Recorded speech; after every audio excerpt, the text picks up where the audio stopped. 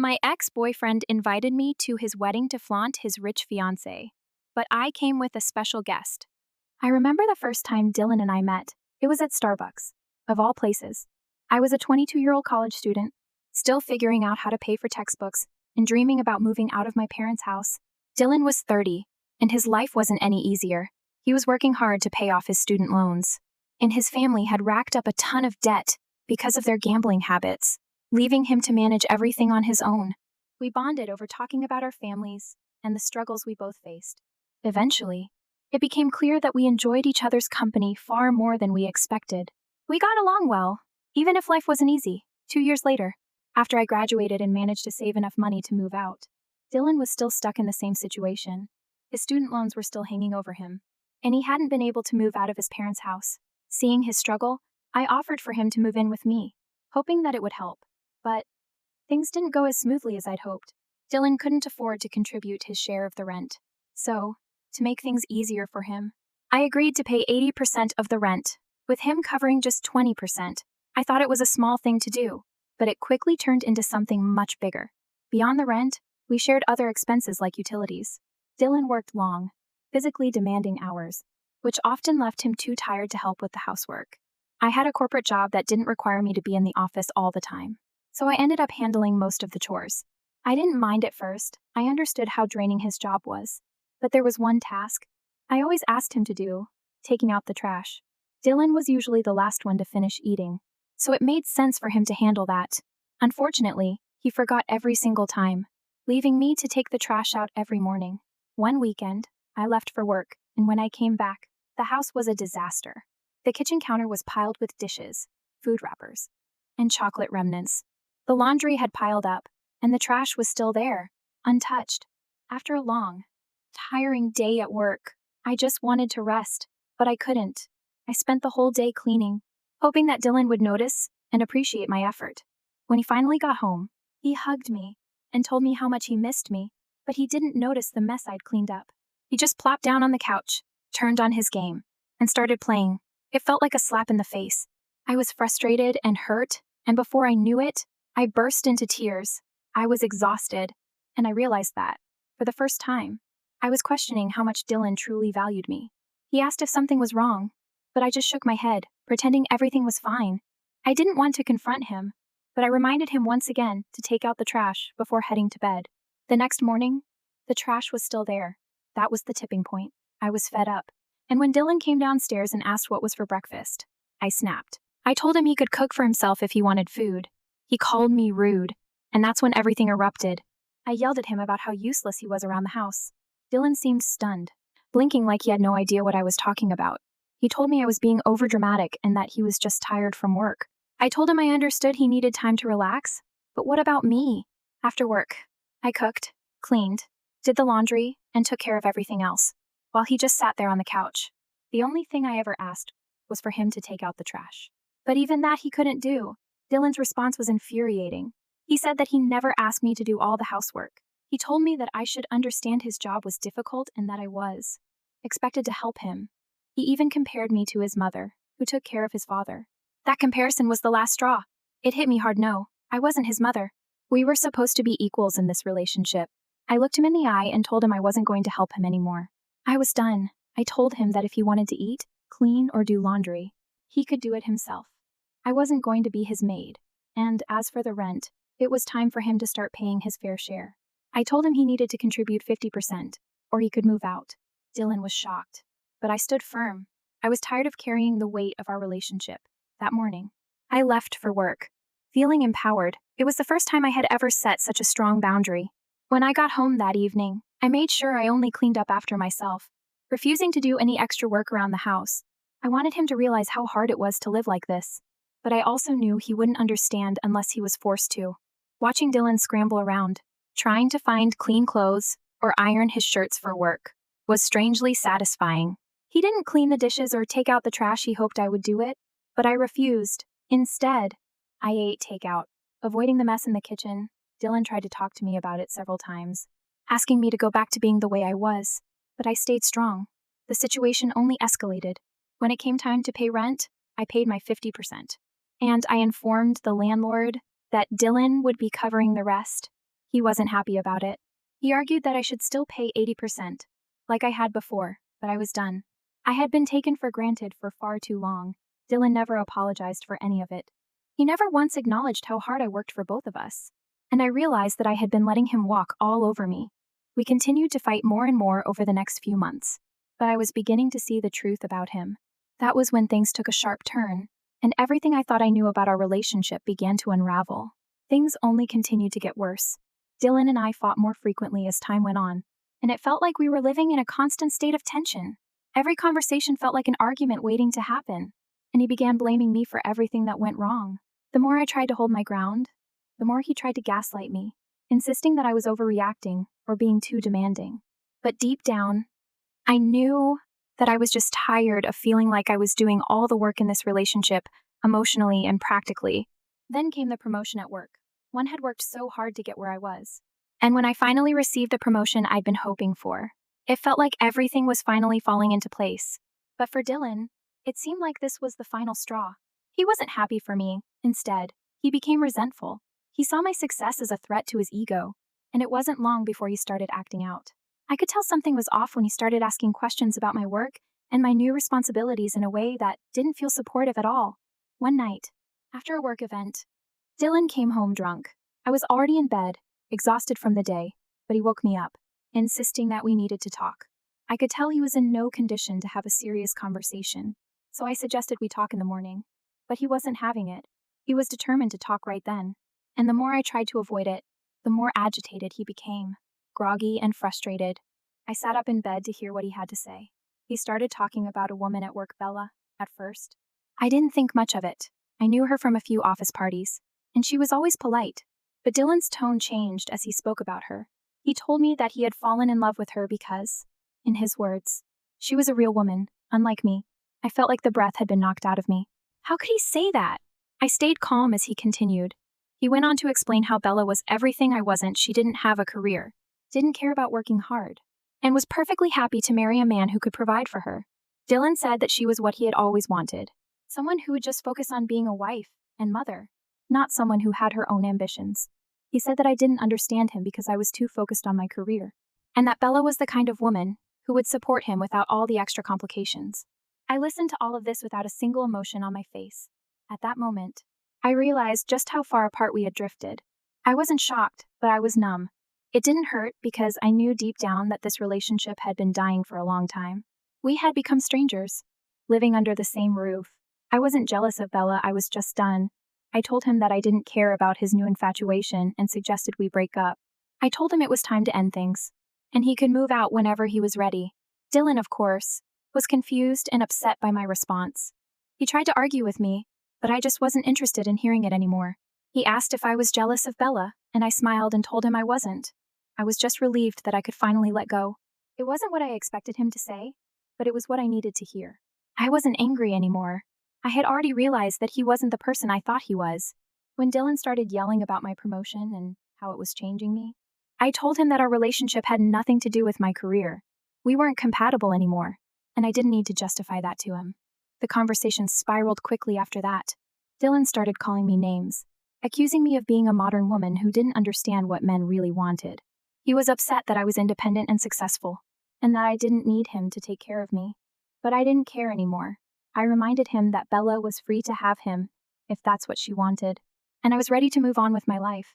I told him that he needed to move out, and if he was going to continue living with me, he needed to pay his share of the rent. It was over. Dylan continued to argue, but I had made up my mind.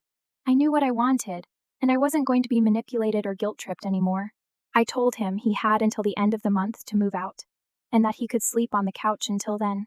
I wasn't going to share my bed with him anymore. The next few days were tense, but I stood firm. Dylan was forced to deal with his own laundry, clean up after himself, and try to find his own meals. I didn't do anything extra for him. It was honestly a bit satisfying to see him struggle for the first time in a long time. Then, the day came when he started to pack his things. I thought I would feel something, but I didn't. I felt relieved. I was finally free. But the freedom I felt was short-lived. On his last night, when I came home, I was shocked to find Dylan sitting on the couch with Bella. He explained that since it was his last night at our place, he wanted to show Bella where he had been living. My blood boiled as I stood there, staring at them. He had the audacity to bring her into our shared space without asking me, knowing full well that I would be back home that night.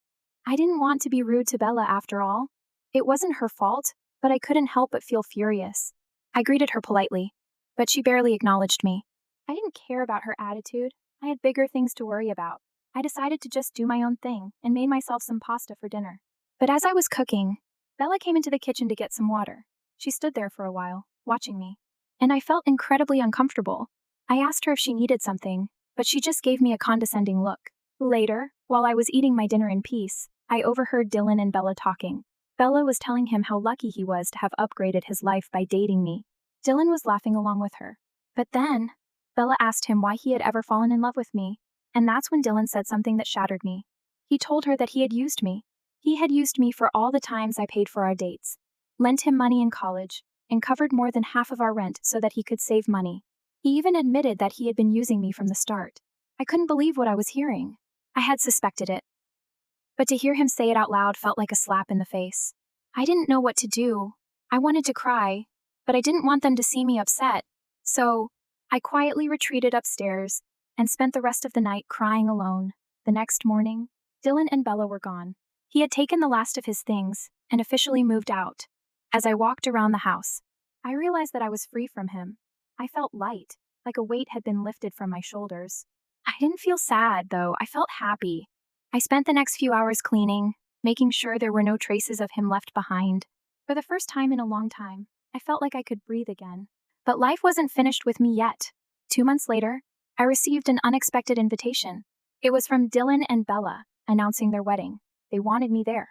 And Dylan had written a note on the card, "I want you to attend my wedding so you can see the grand life I'm going to have with Bella." At first, I was taken aback, but then, it hit me he was inviting me not out of any kindness, but to show off his success, to rub it in my face. I took a deep breath and smiled to myself.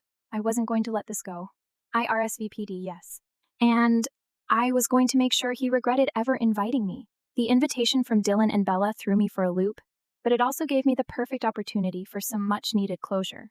I had no idea why he would invite me to his wedding, especially with the way he had treated me all these years, but it became clear he was inviting me to show off. He wanted me to see the life he was about to start with, Bella, his wealthy fiancée, and to prove that he had won in life after leaving me behind.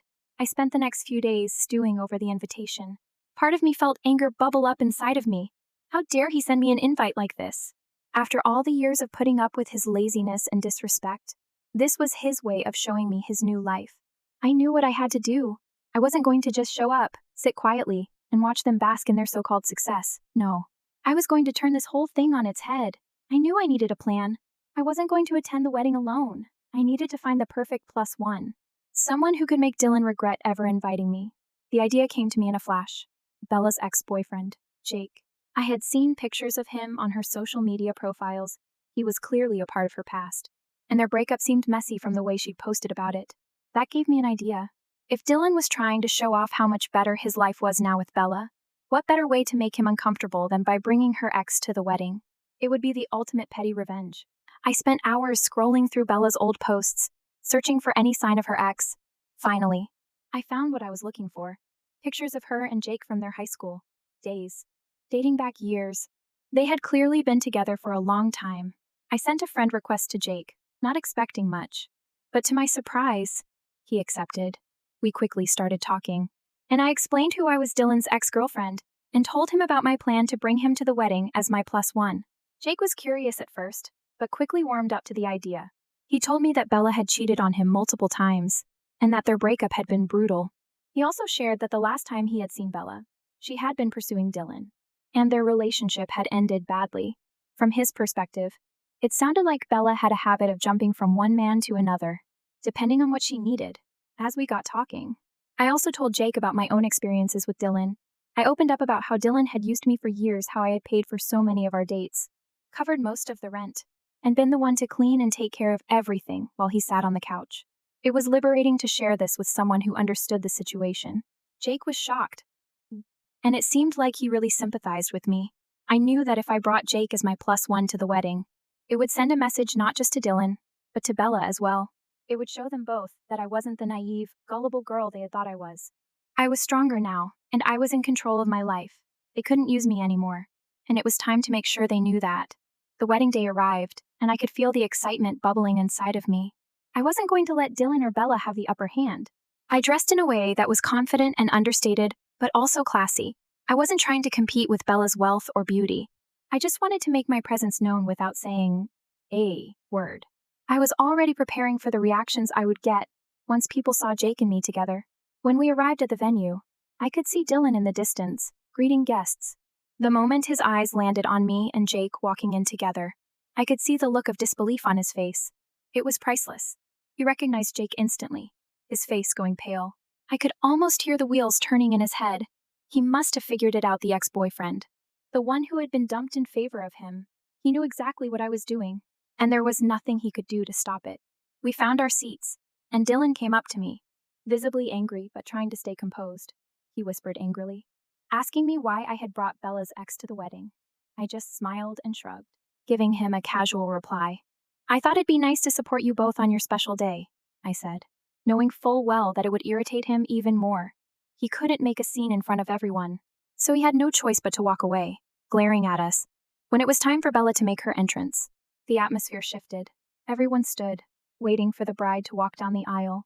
Bella looked stunning in her white gown, but I couldn't help but feel a little indifferent. As beautiful as she looked, I knew she wasn't as perfect as she appeared. I had seen behind the mask. The ceremony was moving along smoothly, but the real drama started at the reception. Bella, who had changed into a different dress for the reception, still hadn't noticed me or Jake. I was content to sit back and enjoy the evening, but it wasn't long before she did notice us sitting together. Her face froze in shock when she realized who Jake was. She looked from me to him, confusion written all over her face. She asked Jake, with barely concealed hostility, what he was doing there with me. I smiled sweetly and told her that I had invited him as a guest to show our support for her marriage. That's when Bella's face turned red with fury. She asked Jake if we were dating now, and Jake remained silent, not even bothering to respond. The tension in the air was palpable, and I could feel Dylan's eyes on us from across the room. He was watching closely, clearly uncomfortable. I knew this was exactly what I wanted. Dylan and Bella had tried to humiliate me, but now the tables were turned. The once confident couple was now on edge. Jake suggested that he and Bella step outside to talk privately. She shot me a nasty glare before nodding, and the two of them left the room. I turned to Dylan and watched him squirm in his seat. He was trying to maintain his composure, but I could tell he was struggling to keep it together. He kept glancing at me, unable to hide his frustration. About an hour later, something unexpected happened. Bella didn't come back to the reception. Guests started to whisper, and a sense of unease began to spread throughout the crowd. Bella's father seemed worried and sent one of the bridesmaids to check on her. Moments later, the bridesmaid returned with a note in her hand. She read it out loud for everyone to hear, and what it said stunned everyone. Bella had left Dylan at the altar. She ran away with Jake. The room went silent as the reality of what had just happened set in. Bella's note explained that seeing Jake again had reignited feelings she had buried deep down. She realized that marrying Dylan was a mistake. The guests were in shock, and Dylan was standing there, utterly humiliated. His wedding had turned into a spectacle of his failure. I couldn't help but feel a little satisfaction. Dylan had invited me to his wedding to rub his success in my face. But it had all backfired spectacularly. It wasn't the way I had expected things to play out. But I knew one thing. Dylan would never forget this moment. It felt strange, but I also felt a sense of relief. My petty little act of bringing Jake as my +1 had caused a chain of events that ultimately led to Dylan's public humiliation. And while part of me felt a little guilty, another part of me couldn't help but think that it was karma. I had no idea what would happen next. I knew that Dylan had lost everything he had been boasting about his rich fiancée, his future plans with her, and his sense of superiority. But I wasn't concerned about him anymore. This chapter was finally over. The chaos of that day lingered in my mind long after the wedding had ended. As much as I had planned to be petty and assertive by bringing Jake as my +1, I never could have predicted that things would spiral out of control the way they did. Bella's dramatic exit with Jake and the aftermath of Dylan's humiliation were far beyond what I had expected. And while part of me felt satisfied that he'd been shown up, another part felt a tinge of guilt. After all, I didn't want to break up their marriage. I just wanted to show Dylan that things weren't as perfect as he thought they were. The days following the wedding were filled with mixed emotions. I didn't hear from Dylan, but I wasn't surprised. I had blocked him on every platform imaginable, and I made sure that I wouldn't be subjected to any more of his toxic behavior. He had already tried reaching out through texts and calls, but I didn't feel the need to engage. There was nothing left to say. 2 months later, our mutual friend from work, who had been keeping me updated on Dylan and Bella, came to me with news. Dylan and Bella had officially gotten engaged. I was taken aback at first. How could they have gotten so serious so quickly? But as our friend showed me engagement photos, it all started to make sense. They looked genuinely happy, and part of me couldn't help but feel a slight pang of sadness. Not because I still had feelings for Dylan, but because I realized how much time I had wasted with him.